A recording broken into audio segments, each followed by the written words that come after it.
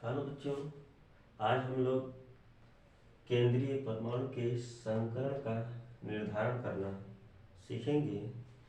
इसके लिए एक छोटा सा फार्मूला है, x equal to 1/2 v plus S A minus E. अब आपको जानना जरूरी है v क्या है, एस ए क्या है और ई क्या है। तो हम आपको बता दे रहे हैं कि V आपका केंद्रीय परमाणु में संयोजी इलेक्ट्रॉनों की संख्या है। V वैलेंस इलेक्ट्रॉन, किसके वैलेंस इलेक्ट्रॉन? केंद्रीय परमाणु में। अब आप पूछेंगे केंद्रीय परमाणु क्या है, ये शब्द को ध्यान दीजिएगा। सेंट्रल एटम नाम से ही क्लियर है, केंद्रीय परमाणु जो सेंटर में हो, बीच में हो। जैसे CO2 कार्बन केंद्रीय परमाणु है, CH4 कार्बन केंद्रीय परमाणु है। यस ए क्या है? केंद्रीय परमाणु से जुड़े परमाणुओं की संख्या ऑक्सीजन को छोड़कर। इस फार्मूला में अगर आपका केंद्रीय परमाणु से जुड़ा हुआ परमाणु ऑक्सीजन है, उसकी गिनती नहीं करेंगे। जैसे CH4 है, केंद्रीय परमाणु हो गया आपका C। जो H है वह केंद्रीय परमाणु से जुड़े परमाणुओं की संख्या है। E क्या है?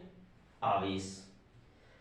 इस सूत्र में जब E की वैल्यू आप रखेंगे तो चिन्ह सहित रखना पड़ेगा।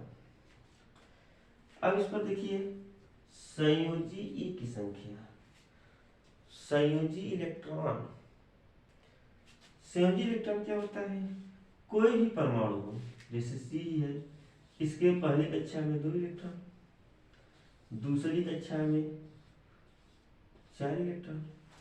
तो किसी परमाणु के बाह्य कोश को, संयोजी कोश और उसमें इलेक्ट्रॉनों की संख्या को संयोजी इलेक्ट्रॉन कहते हैं।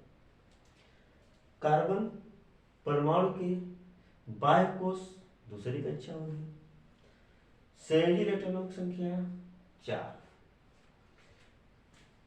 जब आप x का मान ज्ञात कर लेंगे तो संकरण का निर्धारण करेंगे। सपोज करिए कि जो x की वैल्यू आई वो 2 हुआ, तब आप संकरण बताएंगे।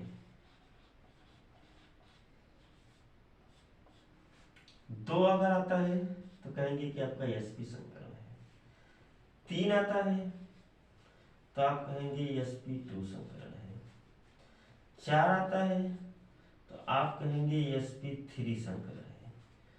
5 आता है तो आप कहेंगे sp3d संकरण है। 6 आता है तो आप कहेंगे sp3d2 संकरण है। 7 आता है तो आप कहेंगे sp3d3 संकरण है। sp, sp2, sp3, sp3d, sp3d2, sp3d3। जैसे एग्जाम्पल अगर हम ले, सपोज करिए कार्बन, मेथेन में कार्बन परमाणु पर संकरण ज्ञात करो। तो इस फार्मूला में रख दीजिए। इस मेथेन के लिए x की वैल्यू क्या होगी? चलिए हम एग्जाम्पल ले रहे हैं CH4 का। CH4 के लिए 1/2 1/2 आपने लगाया। V क्या है? वैलेंस इलेक्ट्रॉन, केंद्रीय परमाणु में संयोजी इलेक्ट्रॉनों की संख्या। केंद्रीय परमाणु आपका कार्बन है, इसमें संयोजी इलेक्ट्रॉनों की संख्या 4, तो लिख देंगे 4 प्लस यस ए क्या है?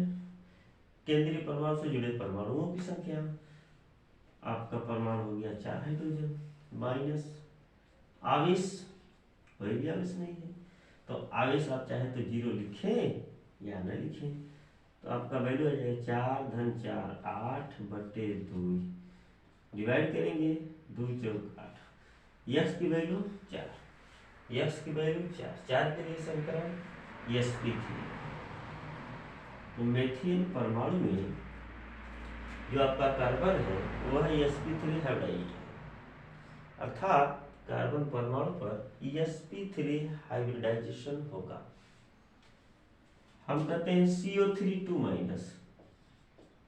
में कार्बन परमाणु पर संकरण ज्ञात करो। चलिए हम दूसरा एग्जांपल ले रहे हैं, CO3 2-।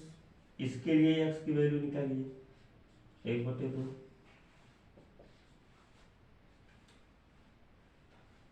संयोजी इलेक्ट्रॉनों की संख्या 4 प्लस, आप भूल कर भी 3 नहीं लिखेंगे, यहाँ हम आपको बताए हैं O को छोड़ दीजिए भाई, लेना नहीं है तो 0 हो गया।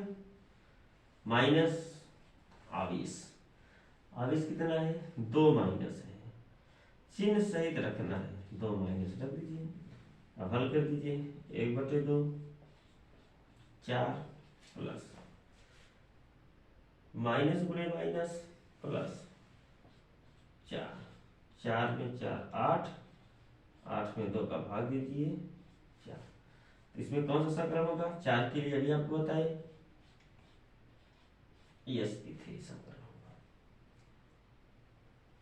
चलिए हम दूसरा एग्जांपल लेते हैं, तीसरा एग्जांपल लेते हैं।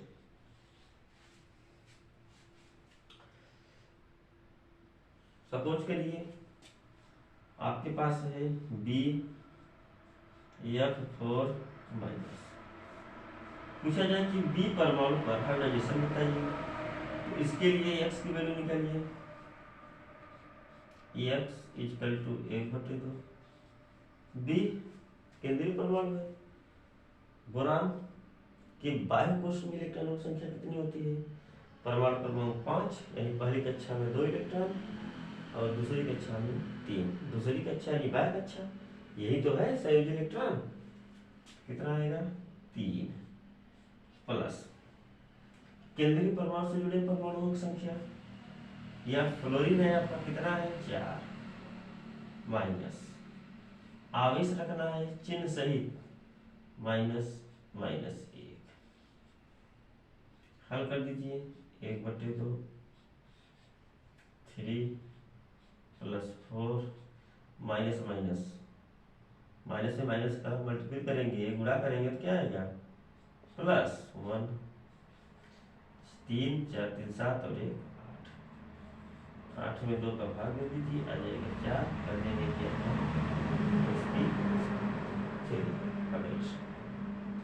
इस तरह से कोई भी आपका मॉलिक्यूल दिया रहेगा उसमें संकरण आप ज्ञात करेंगे। हाँ, इसमें नोट करने की बात एक है, इसको नोट कर लीजिएगा कि जो यह सूत्र होता है, यह फार्मूला होती है, संक्रमण तत्वों के यौगिकों के लिए मान्य नहीं है। अगर आपका संक्रमण तत्व है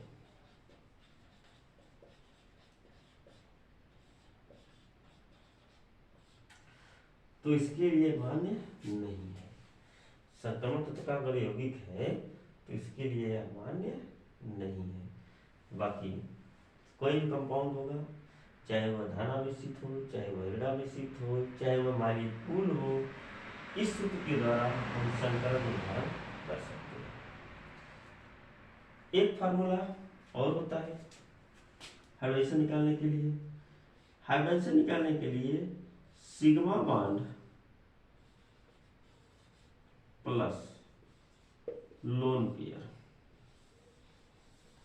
एक सूत्र ये भी होता है कि टोटल काउंट कर लीजिए कितने सिग्मा बॉन्ड हैं और कितने लोन पेयर ऑफ इलेक्ट्रॉन हैं।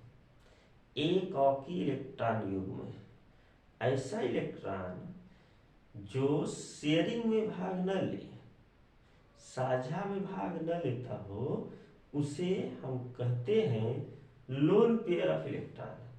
एकाकी इलेक्ट्रॉन युग्म, अनाबंधित इलेक्ट्रॉन युग्म, असहभाजित इलेक्ट्रॉन युग्म, इसके इतने नाम होते हैं।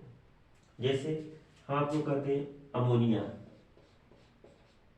NH3 में हाइड्रोजन ज्ञात करो, तो इस सूत्र से लगाइए पहले एक्स इक्वल टू 1/2 नाइट्रोजन के बाह्य कोश यानी सहयोगी कोश में इलेक्ट्रॉनों की संख्या कितनी होती है? नाइट्रोजन का परमाणु क्रमांक 7, इसके पहली कक्षा में 2 इलेक्ट्रॉन, बाहरी कक्षा में 5 इलेक्ट्रॉन यानी संयोजी इलेक्ट्रॉन 5। धन हाइड्रोजन परमाणु आवेश है, कोई आवेश नहीं है, छोड़ दीजिए, -0 कर देते हैं। 5 धन 3 8/2 आ गया 4, हाइब्रिडाइजेशन हो गया क्या? sp3। थोड़ा इस फार्मूले से लगाते हैं इसी अमोनिया के लिए, x इक्वल टू सिग्मा 1।